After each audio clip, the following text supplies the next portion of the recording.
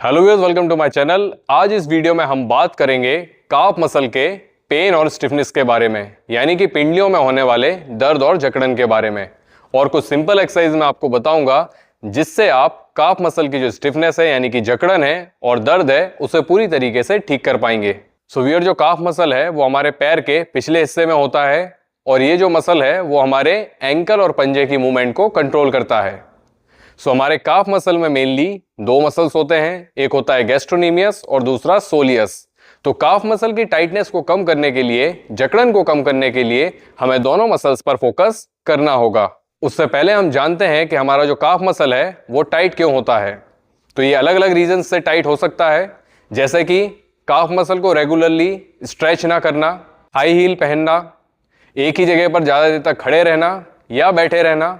इसके अलावा over use के कारण भी हमारा जो काफ मसल है वो टाइट हो सकता है, जैसे कि लॉन्ग डिस्टेंस रनर्स में जब वो अचानक से अपना रनिंग का डिस्टेंस बढ़ा दें, या फिर वेट लिफ्टिंग के केस में जहां पर हैवी लेग डे के बाद हमारे जो काफ मसल हैं वो टाइट हो सकते हैं। तो अगर आपके काफ मसल्स टाइट होंगे तो आपको एक्लिस टेंडोनाइटिस, प्लांटर फैसाइटिस जैसी प्रॉब्लम्स हो सकती हैं। इसके अलावा टाइट काफ मसल में स्ट्रेन आने के चांसेस ज़्यादा होते हैं और साथ ही साथ जब हमारा काफ मसल टाइट होता है तो हमारी जो एंकल की मोबिलिटी है यानी कि एंकल जॉइंट पर जो मूवमेंट है वो कम हो जाती है, जिसके कारण एंकल, नी और बैक पर स्ट्रेस आ सकता है।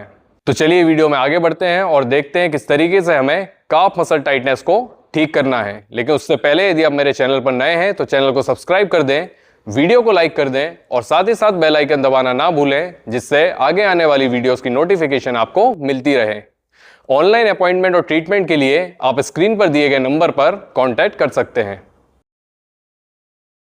इस स्ट्रेच में आपको पैर के पंजे पर बैंड को प्लेस करना है और दोनों हाथों से बैंड को पीछे खींचना है। आपका घुटना सीधा रहेगा, इससे आपकी काफ मसल स्ट्रेच होगी।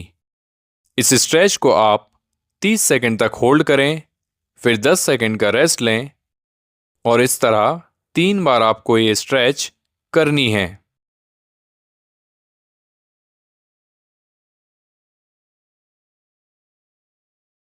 काफ मसल को फोम रोल करने के लिए आपकी स्टार्टिंग पोजीशन ये होगी, फोम रोलर काफ मसल के नीचे होगा।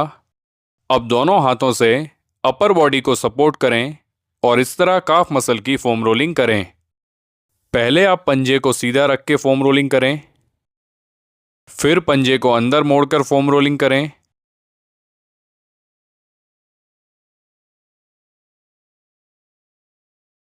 और फिर बाहर मोड़कर फोम रोलिंग करें।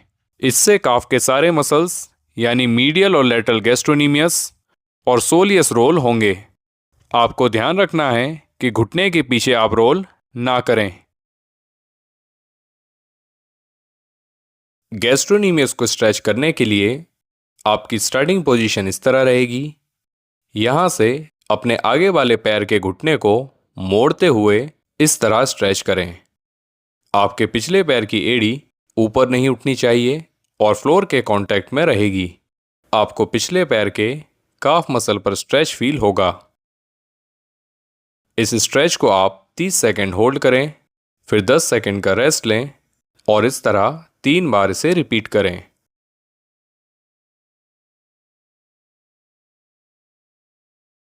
सोलियस मसल को स्ट्रेच करने के लिए आप एक पैर के पंजे को दीवार पर रखें। आपके दोनों हाथ भी सामने दीवार पर रहेंगे। अब यहां से घुटने को मोड़ते हुए घुटने को दीवार के पास लेके जाएं। इससे काफ का जो सोलियस मसल है वो स्ट्रेच होगा।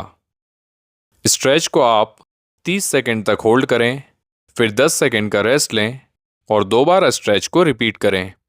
इस तरह 3 बार आप एक पैर से स्ट्रेच करें।